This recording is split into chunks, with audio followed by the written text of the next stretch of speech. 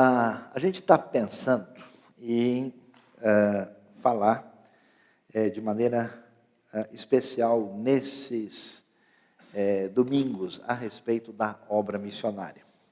E é interessante, quando a gente fala de missões, assim, muita gente fica muito animado, né? Eu conheço aí, eu acho que de cada 3 ou 4 crentes evangélicos que eu conheço, uns 5 já disseram que um dia pensaram em se envolver diretamente com missões. Mas é interessante, porque às vezes a questão da obra missionária, ela acaba adquirindo assim um sentido meio romântico, né? A pessoa imagina ele lá no meio da selva e com uma tribo indígena, ele fugindo de um monte de flechas, né? E lutando com uma anaconda e evangelizando a anaconda já. A anaconda tem um lado batista, ela vive emergindo o tempo todo, né?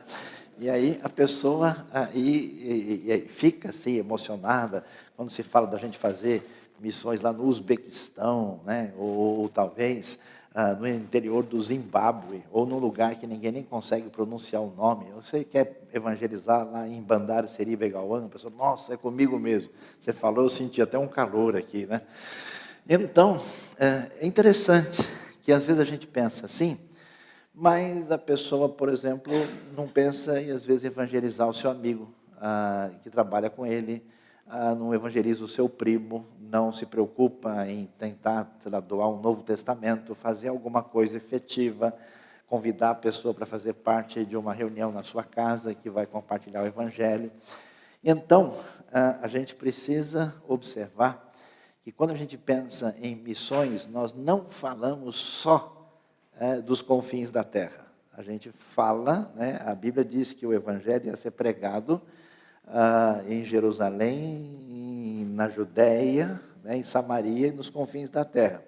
A gente precisa evangelizar Jerusalém também. A gente precisa, né, proclamar o Evangelho e fazer com que a nossa vida tenha um estilo de vida, vamos dizer, natural, evangelístico, que compartilhe de boa a mensagem do Evangelho e do perdão que Deus nos dá em Cristo Jesus. Então vamos dar uma olhada como é que a Bíblia apresenta quando a gente vê falando de Jesus do jeito de Jesus, né? Como é que Jesus falava de Jesus? Como é que isso acontecia? Como é que era a estratégia do Senhor quando Ele compartilhava a realidade da salvação de que Ele era o Messias? E quando a gente abre em João capítulo 4 e começa a ler, o texto vai nos dizer o seguinte: os fariseus ouviram falar que Jesus estava fazendo e batizando mais discípulos do que João, embora não fosse Jesus quem batizasse, mas os seus discípulos. Quando o Senhor ficou sabendo disso, saiu da Judéia e voltou uma vez mais à Galiléia. E era-lhe necessário passar por Samaria. Assim chegou a uma cidade de Samaria, chamada Sicar, perto das terras que Jacó dera a seu filho José. Havia ali o poço de Jacó. Jesus, cansado da viagem, sentou-se à beira do poço, e isso se deu por volta do meio-dia. É interessante a gente olhar, né, aí o mapa da terra de Israel com as suas divisões, porque as divisões são diferentes de época para época. Nesse momento, a terra de Israel é dominada pelos romanos do primeiro século, aí da era cristã, e ela está dividida, aí como a gente pode ver, em certas províncias. A gente tem a Judéia, que é a parte do sul, a Samaria, que é a parte central, e a Galiléia ao norte e ao lado.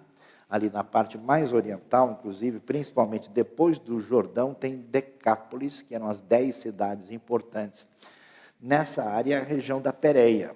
Não existe, por exemplo, nesse momento, apesar de várias Bíblias dizerem a Palestina nos dias de Jesus. Palestina só vai surgir no 2º século, quando os romanos vão dar esse nome, na época de Adriano.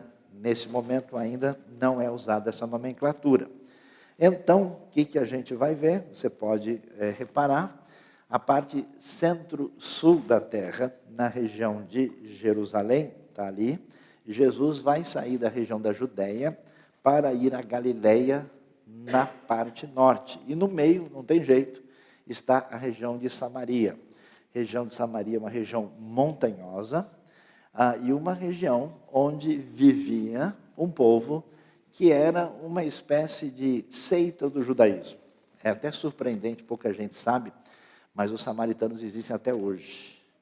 Eles existem em comunidade muito pequena e continuam praticando a religião do jeito que era praticada nessa época, fazendo sacrifícios, fazendo coisas, inclusive, mais parecidas com o Antigo Testamento do que os próprios judeus, que acabaram mudando bastante de interpretação através da história.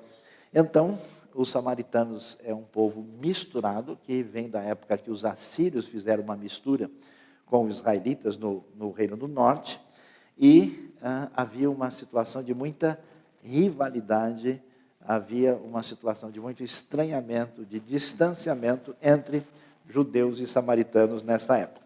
Então, o que acontece? É interessante.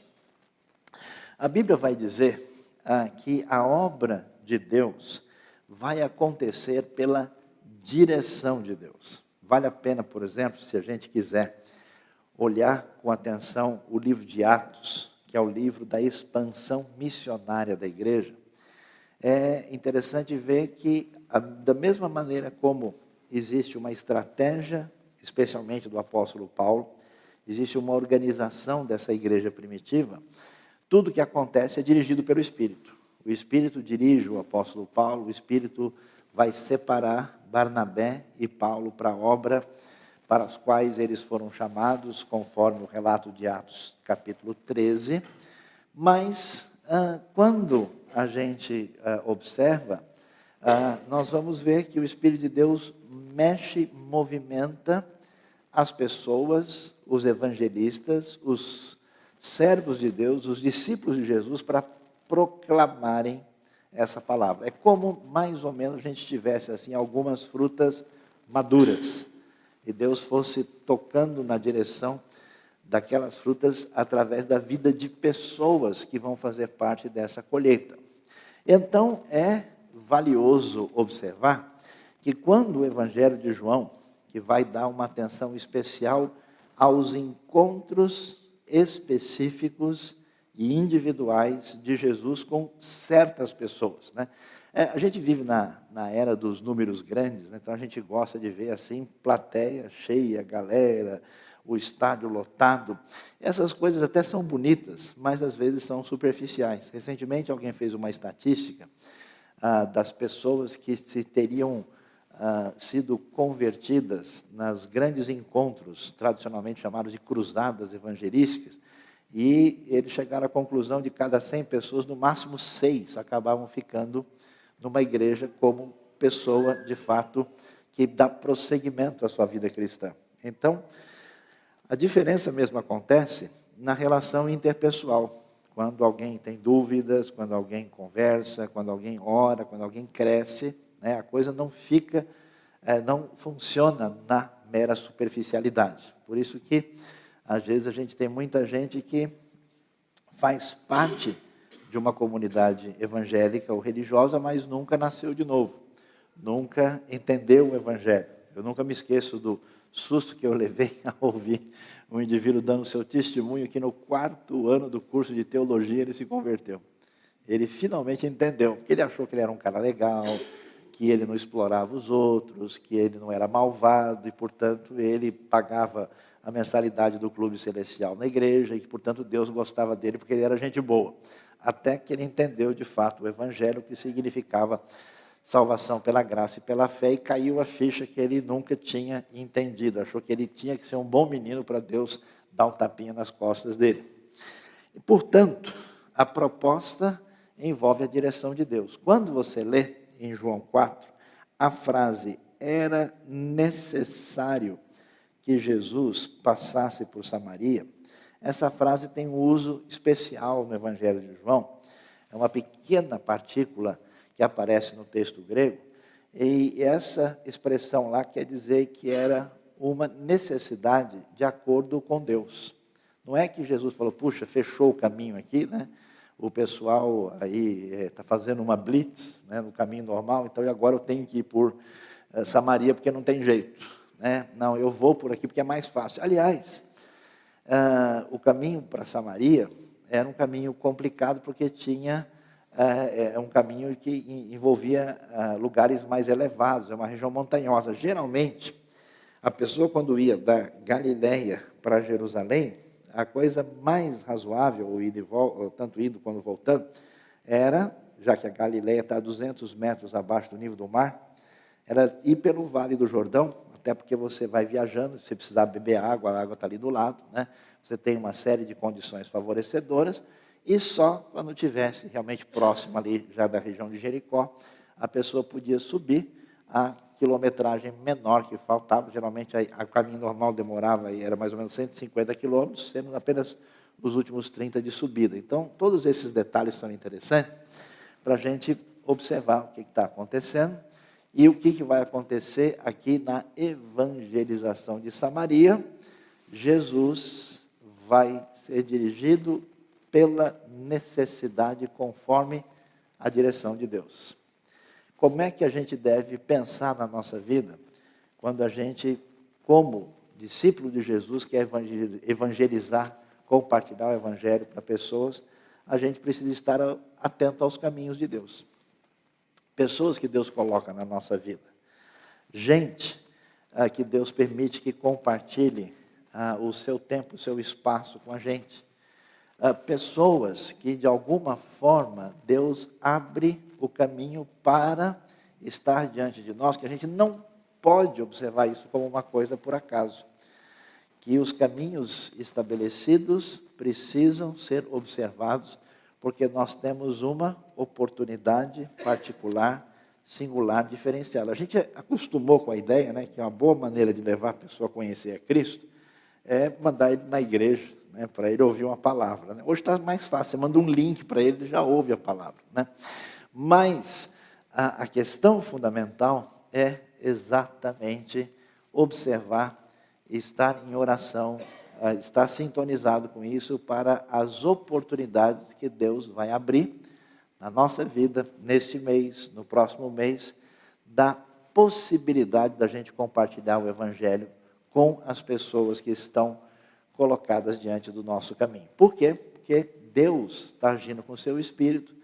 Às vezes, eu acho interessante isso, né, que às vezes eu tenho conversado com pessoas que o caminho já está adiantado, a própria pessoa. Né? Às vezes a gente até, eu já tive várias experiências na minha vida de gente chegar na igreja já quase convertida. Eu dei uma parada na vida, eu resolvi pesquisar sobre o assunto, e eu corri atrás, eu comecei a ler, e agora eu estou procurando uma igreja onde eu possa ser ensinado.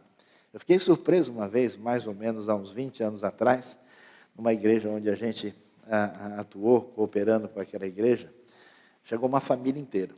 Era até uma família de Nikkeis, descendentes de japoneses que chegaram. E aí eu perguntei para eles, mas vocês conhecem o Evangelho? Sim. Já leram o Novo Testamento? Já. Mas vocês já creram em Jesus como Salvador? Já. Já foram batizados? Sim. Mas onde? Por quem? Não, eu mesmo me batizei. Mas como assim? Não, eu não sabia de nada, eu achei o Novo Testamento, a Bíblia, eu comecei a ler, a gente pesquisou tal, aí vimos sobre o batismo, não sabia, fui lá, eu mesmo me batizei na piscina e batizei a família toda. Já chegou tudo crente e tudo batizado. Olha que coisa maravilhosa, amém, irmãos? Então, é interessante isso, né? Um caso único e especial, mas a gente precisa estar atento aos caminhos que Deus abre para nós. O que acontece? Jesus está lá, e Jesus passa por Samaria, e vai acontecer algo muito interessante. Você imagina, ali é um lugar quente. Quando a gente fala quente, é quente mesmo. É tão quente que em alguns lugares, no verão escaldante em Israel, já morreu gente de calor. Que o pessoal não dá atenção, acha que é assim, e vai lá entrando por onde não deve, e é quente mesmo. O que acontece? Nesse momento, veio uma mulher samaritana tirar água. E você pode imaginar a cena, né? Porque Jesus está lá, Jesus está cansado da viagem. Um texto que deixa muito claro para a gente que Jesus não é um ser fantasmagórico, ele não é uma aparência, ele não é um holograma, né? Ah, não, Jesus aparecia assim, né? Era a antecipação de Hollywood. Não, Jesus é de carne e osso, ele é totalmente divino, mas é totalmente humano. E, cansado da viagem, Jesus se assenta e uma coisa muito estranha, ninguém vem tirar água num horário como esse. Vem uma mulher, e a cena deve ser esquisita, porque essa mulher vai lá, e quando ela vai, não tem ninguém nesse horário. Eu fico imaginando ela vindo, chegando, se aproximando e olhando, e vendo um indivíduo lá, fala, ixi, o que esse indivíduo apareceu aí hoje? Né? Que está acontecendo? E chega mais perto, vê pela vestimenta que ele não é dali. E olhei de perto, e a roupa dele mostra que ele é judeu, ele é da região aí de Jerusalém ou coisa assim. E Jesus chega lá e a mulher se aproxima, eu imagino o silêncio completo assim, né? Daquela coisa estranha, Oriente Médio, mundo antigo, um homem e uma mulher, os dois sozinhos, na beira de um poço, um com a camisa de um time, o outro com a camisa do outro, completamente rival. Não vou nem mencionar detalhes, né, porque não compensa. Eu vou tentar dizer que time que Jesus torcia, que vocês já sabem.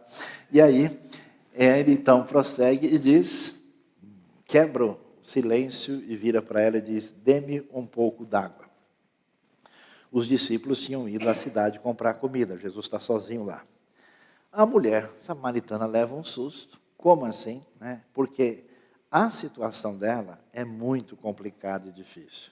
Faz tempo que ninguém fala espontaneamente com ela. E de repente, logo esse indivíduo vem pedir para ela arrumar água para ele. E a mulher então pergunta, como é que o senhor, sendo judeu, o senhor não sabe a regra?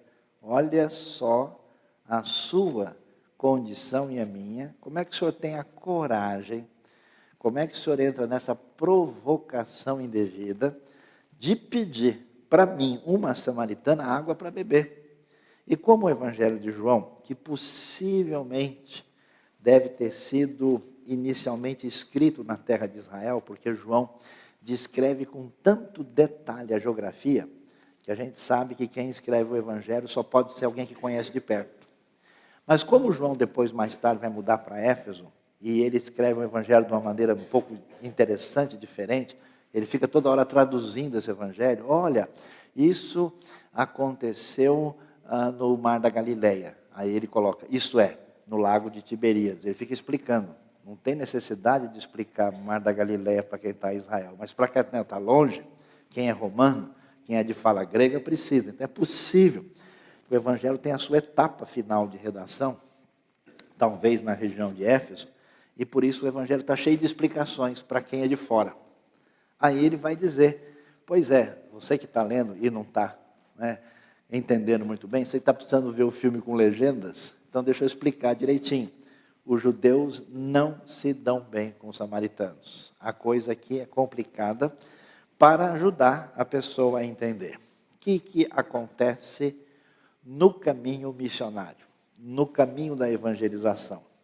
A gente esbarra numa série de dificuldades que tem a ver com preconceito.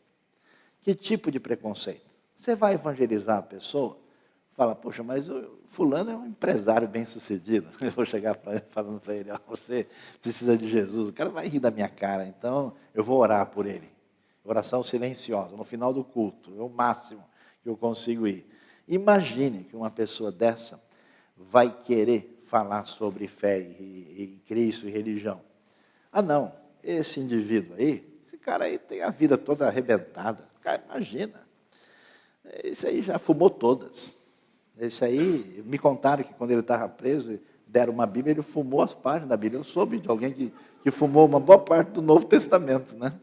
Então, não sei se teve alguma visão especial, né, na hora de usar o negócio, mas a pessoa, de fato, tem receio. Não, o indivíduo está muito bem de vida, né? Eu vou falar de religião com ele, não vai dar certo.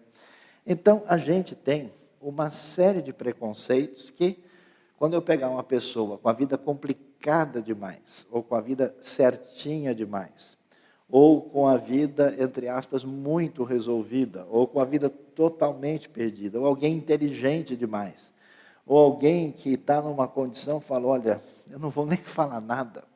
Mas, meus queridos, é impressionante. Eu tenho visto coisas que são realmente de humilhar a nossa atitude preconceituosa. Eu conheço gente hoje de expressão teológica, pessoa que tem assim escrito diversos livros no reino de Deus e contribuído para a igreja, e quando você vai ver o testemunho da pessoa, ele foi naquelas, pela primeira vez, ouviu o evangelho naquelas igrejinhas assim, de porta de garagem, né? Que a gente nem sabe se é igreja ou se não é. E ouviu da maneira mais simples e provavelmente mais assim, confusa possível, e talvez muito pouco bem apresentada, e o evangelho atingiu essa pessoa. Nós não podemos permitir que o nosso preconceito, que a nossa atitude de desconfiança, talvez mais baseado no nosso medo e insegurança, nos impeça de anunciar o evangelho. Eu tenho ficado surpreso na minha vida, até mesmo como eu tenho contado para os irmãos, até em algumas viagens por países completamente islâmicos, eu sempre imaginava que se eu tocar nesse assunto, o sujeito vai torcer o nariz, não vai olhar mais para mim. A minha surpresa é que não tem uma vez que eu não toquei no assunto que a oportunidade de evangelizar foi completa por causa da sede impressionante da pessoa e vi que o preconceito maior era meu.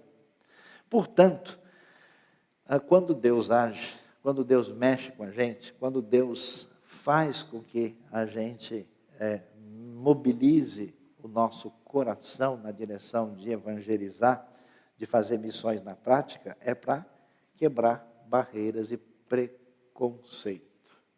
Hoje, você tem vários problemas no Brasil e no mundo. Por exemplo, o estado menos evangelizado do Brasil hoje é o Rio Grande do Sul. E qual é a razão? Preconceito da igreja brasileira. Lá no Sul, o pessoal toma café colonial, o pessoal está bem de vida, não está numa situação de muita necessidade. Então, quase nenhuma denominação tomou uma atitude de levar a sério a evangelização do sul do Brasil. Outro preconceito, Europa. Os europeus não precisam de nada, está tudo bem por lá. Imagina, o pessoal tem educação, tem estabilidade econômica. Hoje, a Europa se tornou quase que um continente pagão. Enquanto muito do esforço missionário foi retirado da Europa, muitas coisas que não têm nada a ver com o Evangelho entraram com força e cresceram. E hoje, você tem ambientes na Europa onde há mais pessoas praticando antigos cultos pagãos, porque o secularismo não consegue resistir meia geração, do que conhecendo o Evangelho de Cristo. Uma necessidade extraordinária da gente levar a sério a obra evangelística, a obra missionária e quebrar barreira e preconceito. Então, a próxima vez que você sentir medo, frio na barriga, receio, achar que não vai dar certo, dê um passo adiante no esforço e você talvez não faça ideia do que Deus pode fazer com a sua limitação. A conversa de Jesus com a mulher samaritana continua. E Jesus não se defende, não se explica. Não, veja bem, olha, eu sou judeu, mas não é bem assim. Olha, eu sou do clube dos amigos dos samaritanos de Jerusalém. Jesus não fica perdendo tempo com explicações. E ele vai adiante na conversa com ela, como se nada tivesse acontecido, sem alimentar os possíveis ressentimentos e as barreiras. Jesus responde: se você conhecesse o dom de Deus, e quem lhe está pedindo água, você lhe teria pedido e ele lhe teria dado água viva. Jesus começa a mudar um pouco o foco do assunto e diz: olha, eu pedi para você me dar um pouco d'água, e você está estranhando, mas você não faz ideia com quem você está falando. Porque se você soubesse com quem você está falando, você é que teria pedido e teria água constante. Água viva quer dizer isso, né? Porque, imagina, que coisa complicada, né? A gente não sabe quanto conforto, a gente reclama, fica bravo quando falta água, né? O mundo antigo não conhece nada disso. É você ir lá, pegar no braço, puxar do poço e se não der para levar, não der para usar, a coisa se complica. A mulher, então, prossegue na conversa e diz, mas o senhor não tem com que tirar a água, e o poço é fundo. Que história é essa de água viva, de água constante? Onde é que o senhor pode conseguir essa água? Por acaso o senhor é maior do que o fundador desse poço? O poço é a salvação dos viajantes. Área desértica, área complicada, alguém vem viajando com uma caravana. Quando você tem um poço, que é um poço, um oásis, um lugar de onde tem água que possa ser bebida, isso é uma maravilha.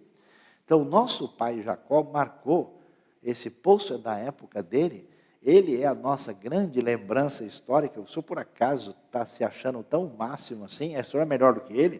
Porque ele que nos deu o poço, e ele mesmo bebeu, os filhos, o gado, tudo mais. E é interessante, quando Jesus vai falar da salvação do Messias, da vida eterna, do perdão, Jesus gasta tempo falando de água. Tem muito crente que é complicado para evangelizar porque ele é crente demais. Ele não sabe conversar de boa com a pessoa. Ele não entende que muitas pessoas só abrem o coração para o evangelho depois de entender o relacionamento do evangelho com a sua necessidade. Então, em vez de Jesus falar, ó mulher samaritana, eis que eu sou o Filho de Deus, o grande Messias Todo-Poderoso, e estou aqui falando a voz da salvação que virá para todo sempre, forever, Jesus não faz isso. Jesus começa a gastar tempo e saliva para falar de água. Então, preste atenção como isso é importante, porque às vezes a gente, quando tenta evangelizar, a gente meio que quer forçar a pessoa. Não, você tem que ir lá na igreja, tem que ir, tal, né? Eu conheço muitos pais, às vezes, que tentam forçar os filhos a ter uma conversão no braço, né? Pessoas que tentam agir de uma maneira que não é a maneira como Jesus agia. Jesus gasta tempo com sensibilidade para as necessidades e crises que a pessoa que precisa conhecer o Evangelho está enfrentando. Por isso que é muito importante que a igreja seja uma comunidade que propicie uma série de ações para beneficiar a vida das pessoas no seu momento de dor e de sofrimento.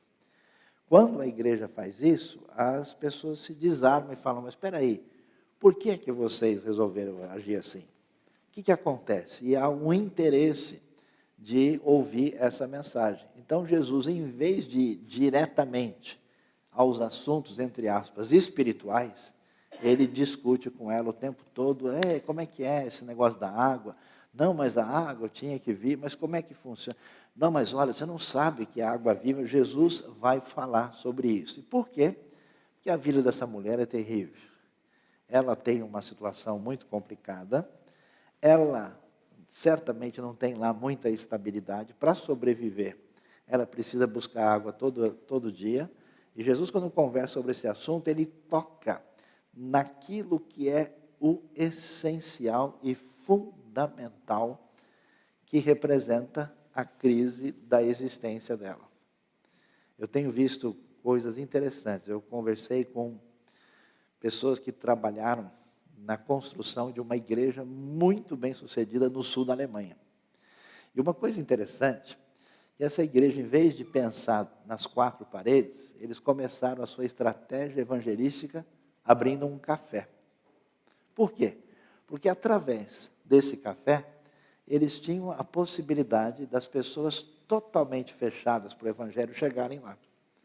E eles simplesmente iam como numa cafeteria qualquer, só que o pessoal que trabalhava na cafeteria era pessoal missionário, pessoal que trabalhava para compartilhar o evangelho. E de repente tinha alguém tomando um café lá que não acabava nunca. A pessoa estava numa crise, numa dor, e aí o sujeito da cafeteria sentava aí, o que houve? Você está meio chateado hoje? Pois é, estou com um problema sério com meu filho. E a partir daí, Iniciava-se uma conversa, uma amizade, e abria-se espaço para compartilhar o Evangelho. Então é interessante isso. Jesus conversa no nível pessoal, Jesus escuta a mulher samaritana, Jesus trata das questões que envolvem a sua crise maior, e a partir daí ele vai prosseguir e vai dizer mais coisas necessárias que ela precisa ouvir. Jesus então prossegue depois de falar de água. Ele responde: quem beber desta água terá sede outra vez.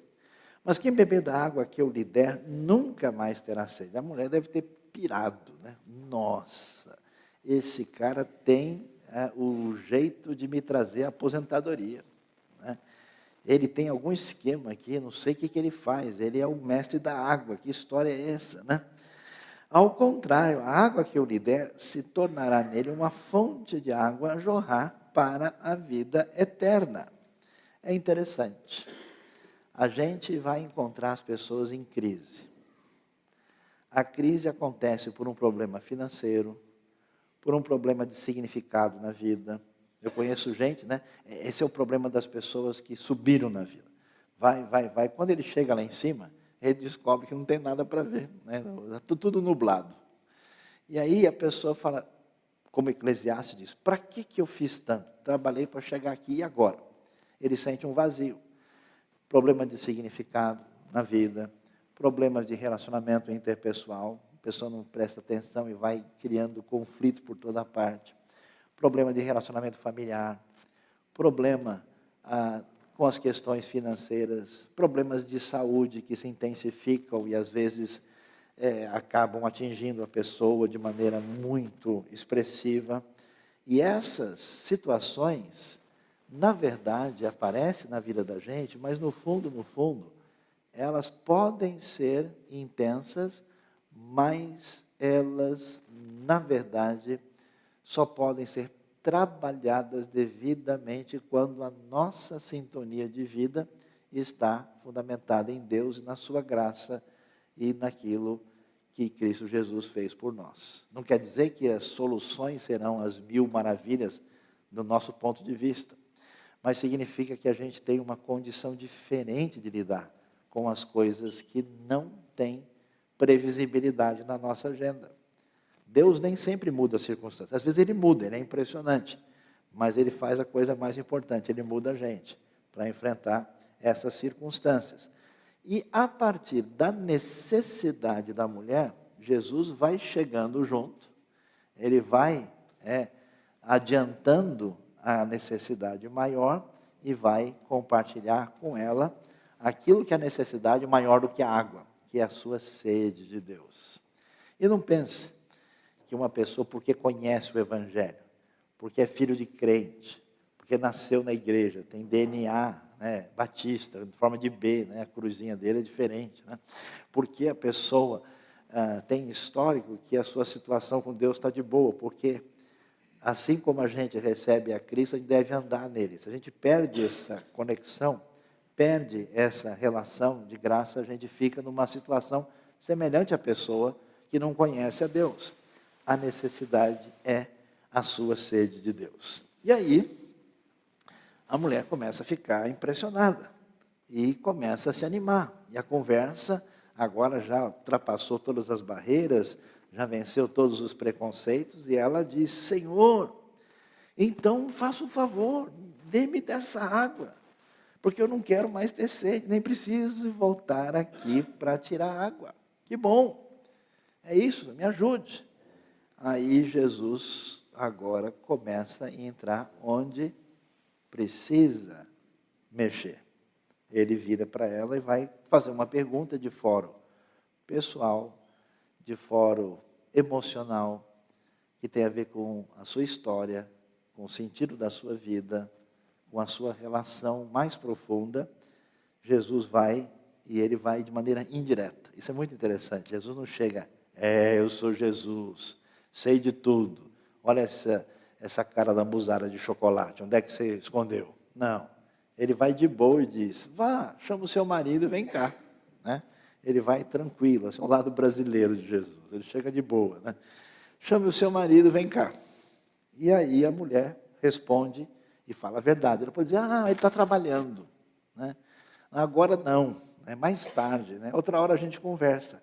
Ela teve a oportunidade de abrir o jogo da verdade ou de fazer de conta que está tudo bem e passar por cima, né? Ela vai e diz a verdade, eu não tenho marido. E Jesus diz, pois é, você falou corretamente, você disse a verdade. Você abriu o jogo e agora a gente está sabendo que o seu problema maior não é só buscar água. O seu problema maior não é ter mais dinheiro, comprar a casa de campo, ter uma estabilidade melhor e garantir a escola para o seu filho. O seu problema maior não é simplesmente algo que é mensurável, é mais profundo. E então, Jesus vai, abre o jogo e diz, olha, mulher, você já teve 5 maridos, eu sei a sua história. E, aliás, você está vivendo com um homem agora que nem marido seu ele é. O que você acabou de dizer é verdade. Eu acho interessante, né? Eu já vi muito crente evangelizando, e, de repente, quando ele evangeliza, ele chega lá e encontra um incrédulo muito além do que ele imaginava. Ele deixa ele no meio do caminho, né? A gente sabe que os batistas insistem, né? E valorizam muito, isso tem a sua fundamentação, claro, na Bíblia, da importância do batismo por imersão de pessoas convertidas. Mas há circunstâncias em que as coisas têm os seus limites. Então, eu acompanhei uma vez o trabalho do pessoal no hospital e se converteu vários indivíduos que tinham paralisia infantil e que só respiravam pela traqueia. E é totalmente impossível batizar essas pessoas por imersão. Aí o pessoal que estava fazendo o trabalho veio de igreja batista. Quando eles viram o pessoal e eles queriam ser batizados, eles falaram, bom, a gente não sabe o que fazer, vamos entregar para a igreja presbiteriana, e foram embora. É muito engraçado o que acontece. Chegam, às vezes, certas circunstâncias que a gente não sabe o que fazer. Eu me lembro ainda, jovem, a gente evangelizou uma família, o pessoal se converteu. Aí a senhora que se converteu falou, pastor, eu preciso que o senhor me ajude. Eu falei, como? Eu quero ser batizada, mas aí eu não sei o que eu faço. Porque, eu casei com fulano, mas o fulano foi viajar 20 anos atrás, está viajando até hoje. A viagem é longa. E está vendo esse menino aqui? Esse aqui é filho dele. E aí depois, como ele nunca mais voltou da viagem, aí eu fiquei com o outro fulano, que ficou comigo alguns anos, e aí nasceu esse menino aqui. Mas o negócio não deu certo, esse fulano foi embora, e agora eu estou com o terceiro que está comigo, só que a gente não é casado num papel, não sabemos nem o que a gente é, e a gente está junto, agora aceitamos Jesus, querendo ser batizado, e tem mais um filho. Como é que a gente faz para resolver isso? Eu falei, vamos ler o Salmo 23, vamos mudar de assunto, vamos estudar escatologia, né? Uma coisa mais simples, né? É interessante isso. Eu imagino a mulher samaritana chegando numa igreja evangélica. Acho que o pessoal não aceitava nem evangelizar ela. Jesus não tem problema, Jesus conversa com a mulher que teve 5 maridos e agora não sabe direito nem quem é o homem com quem ela vive. O que você acabou de dizer é verdade. E Jesus fala com ela. Agora, é impressionante demais. Por quê? Se tem alguém em que a gente não poria fé de jeito nenhum, em termos religiosos, é na mulher samaritana. Bom, primeiro, ela não faz parte da linhagem que conhece a Bíblia direito. O grupo dela é meio herético, ela é samaritana. Segundo, ela é mulher. As mulheres não sabiam de nada. Elas não tinham educação formal, eram discriminadas. Terceiro, ela tem a vida toda, como diz o jovem de hoje, zoada.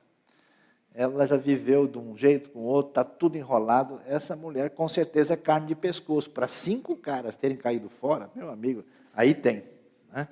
O negócio não é possível. E a gente imagina que essa mulher não tem nada a dizer. E que realmente ela está interessada só em água e ponto final. Olha só a surpresa. Quando Jesus abre o jogo, diz, eu conheço a sua dor, conheço o seu abandono, conheço o seu pecado, conheço toda a sua história de fragilidade. E quando ela abre o jogo da sinceridade para tocar no assunto que importa, e Jesus conta tudo, ela vira e diz, Senhor, eu estou vendo agora que o senhor é profeta. Olha, eu tenho uma pergunta para o senhor. Eu imaginava, onde tem mais água? Não. Qual é a pergunta? Eu quero saber a verdade. Os nossos antepassados, os nossos antigos samaritanos diziam que a nossa igreja é mais certa que as outras. Amém, irmão? Quem foi abençoado aí, né? Eles adoravam neste monte. E dizem que esse monte é o monte de Deus e que aqui é o lugar certo de fazer adoração. Mas vocês, judeus, dizem que Jerusalém é o lugar onde se deve adorar. Então eu queria que o senhor me dissesse qual é o jeito certo de adorar a Deus. Qual é o caminho correto para a adoração. Isso é interessante porque a gente não imaginaria que uma mulher que teve a sua história de vida destruída, que está tentando pegar água para sobreviver, diante de Jesus, que ela vai priorizar a sua necessidade espiritual. E é impressionante a gente ver como, no fundo, quando a gente vai lá, a gente descobre que, apesar da pessoa falar que o problema dela é falta de recurso, isso e aquilo, mas, no fundo, a necessidade profunda de nós reside na nossa relação com o nosso Pai Celestial. Por isso, Jesus vai trabalhar para levar Deus ao coração aberto na sua grande necessidade. Qual é a necessidade? Envolve uma situação de segurança pessoal, existencial, uma crise moral tremenda e uma sede espiritual profunda que está no coração dessa mulher. Jesus então vai dizer para ela, e agora abre plenamente aquilo que precisa ser ouvido. Jesus não foi direto ao ponto desde o começo. Ele caminhou com ela passo a passo. Ele gastou tempo falando de água. Ele esperou ela abrir o coração. Permitiu que tudo que tinha necessidade fosse colocado para fora. E agora Jesus diz, crê em mim, mulher, está próxima a hora em que vocês não adorarão o Pai, nem neste monte, nem em Jerusalém. Deus não está interessado em lugar. O que importa não é o templo, não é o edifício, não é a localidade, né? E, às vezes, eu entro em contato com pessoas de grupos religiosos, evangélicos ou não, e eles começam a fazer perguntas, eu falo, não, mas isso não é importante. Então, a pessoa fica brava e fala, afinal de contas, o que é importante para vocês, então? Qual que é o espaço sagrado? O espaço sagrado são as pessoas pelas quais o Senhor morreu. Vocês, samaritanos, Jesus diz, adoram o que não conhecem. Jesus confirma que eles, de fato, tinham ideias que não estavam no lugar. Nós adoramos o que conhecemos, porque a palavra de Deus, a Torá, os profetas, foi dada no contexto judaico. Pois a salvação vem dos judeus, porque o Messias nasce em Israel, conforme a promessa de Deus.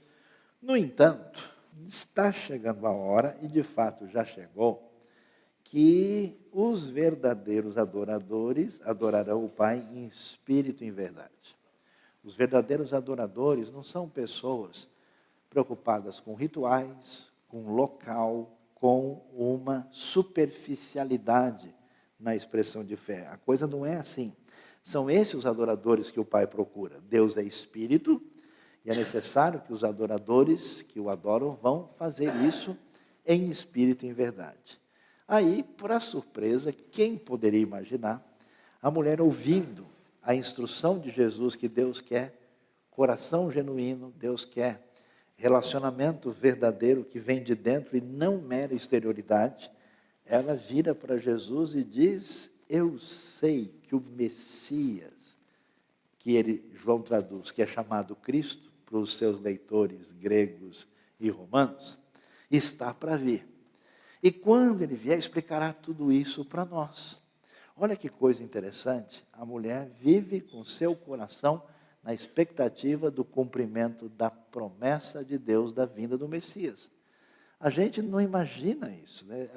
Eu conheço pessoas assim, que até desprezam. Não, aquele pessoal lá, ele está numa situação tão difícil que eles não têm nem tempo para pensar em Deus, que eles precisam de barriga cheia.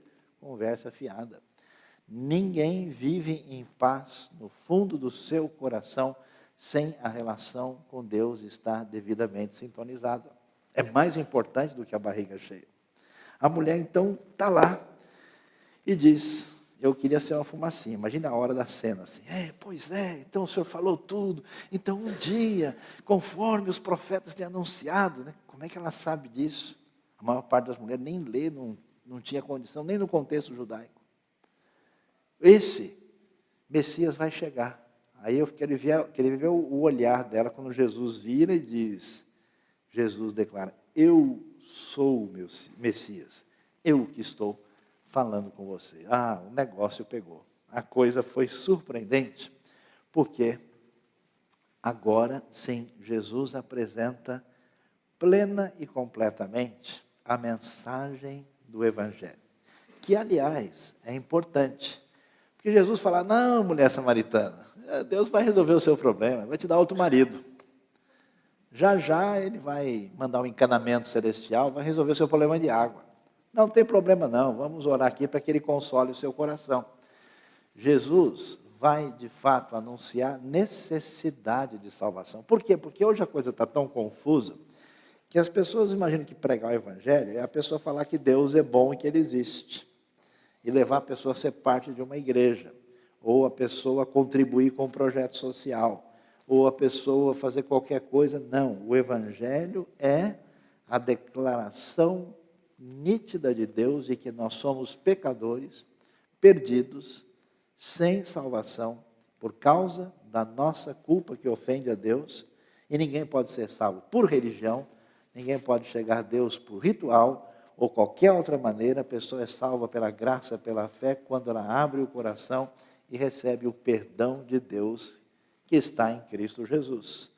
Por isso, Jesus vai apresentar com clareza a mensagem de vida e salvação, vai dizer para ela, eu sou o Messias. E aí essa mulher encontra aquele que perdoa os seus pecados, aquele que mexe com a sua vida, aquele que, de fato, age com a graça de Deus no seu coração. A sua ação é completa. E é interessante, por quê? Porque essa mulher que nem podia pegar água no horário das outras, porque com a vida toda enrolada, se ela fosse com as outras iam se afastar dela para não se contaminar. Ela que teve a vida que deu tudo errado, encontra a graça de Deus, encontra o perdão, encontra Cristo Jesus, e é interessante, ela se torna a grande evangelizadora de Samaria. Talvez se ela estivesse numa igreja evangélica, o pessoal ia dizer, mulher samaritana, é melhor você primeiro consertar a sua vida, resolver bem os seus problemas, né? Você sair já anunciando agora, pode, pegar mal para o evangelho, pode dar problemas para a gente aqui, o pessoal pode não entender direito, né? E a mulher não quis nem saber. Ela sai dizendo para todo mundo quem é Jesus. Isso é interessante. Como é que eu prego o evangelho, pastor? Tem gente que quer pregar o evangelho como se fosse dar um curso assim de internet para outra pessoa, né? A maior pregação do evangelho é o testemunho do que Deus fez na minha vida. É mostrar e contar como na minha vida Deus fez diferença através daquilo que Cristo fez, o que Ele significa para mim. Muitos samaritanos daquela cidade creram nele por causa do seguinte testemunho dado pela mulher. Ele me disse tudo o que eu tenho feito. Ele é o profeta de Deus. Ele deu um jeito, explicou toda a minha vida. Assim, quando se aproximaram dele, o samaritano, insistiram em que ficasse com ele. Ele ficou 2 dias. E por causa da sua palavra, muitos outros creram. E disseram à mulher, agora cremos, não somente por causa do que você disse, pois nós mesmos o ouvimos e sabemos que este é realmente o Salvador do mundo. O que a gente percebe no final? A multiplicação da vida de Deus, dessa salvação, a água da vida chega, muitos outros creram. Por que é importante a gente olhar para a oportunidade que Deus coloca na nossa vida? Esse mês, eu encontrei uma pessoa que conheceu o Evangelho através da instrumentalidade minha e de algumas pessoas há 22 anos atrás. eu jamais imaginaria que eu encontraria. Pessoa que estava numa crise tremenda. As pessoas se envolveram com ocultismo pesado. A senhora tinha perdido seu pai, estava tendo visões estranhas e aí totalmente atingido. O colega de trabalho, que era da igreja, falou do evangelho. Nós fomos numa tarde para orar e para evangelizar. E eu fiquei tão impressionado, depois de 22 anos, a ver os dois firmes, a ver a família e o desdobramento daquilo que aconteceu. Nesta ocasião, quando a família creu e se converteu, um rapaz que estava presente, viu isso, também não conhecia o evangelho, ficou interessado e passou a conhecer a Deus, creu em Cristo.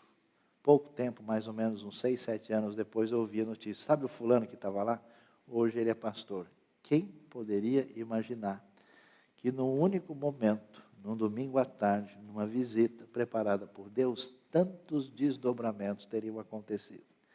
Quem poderia imaginar que Jesus, conversando com essa mulher estranha, de vida toda complicada e errada, seria o caminho da salvação que chegaria em Samaria? Se nem os estudiosos da lei não estavam entendendo Jesus, que supostamente estariam mais preparados para ouvi-lo, quem diria que uma mulher com a vida complicada em Samaria ia dar algum resultado? Por isso, a gente deve prestar atenção e ver que missão começa na nossa vida, na nossa casa, na nossa escola, no nosso trabalho, naquilo que a gente faz no nosso dia a dia. Que Deus abençoe o nosso coração e que o Espírito de Deus arrume umas Samarias para os nossos queridos irmãos aí nos próximas semanas na nossa vida. Amém?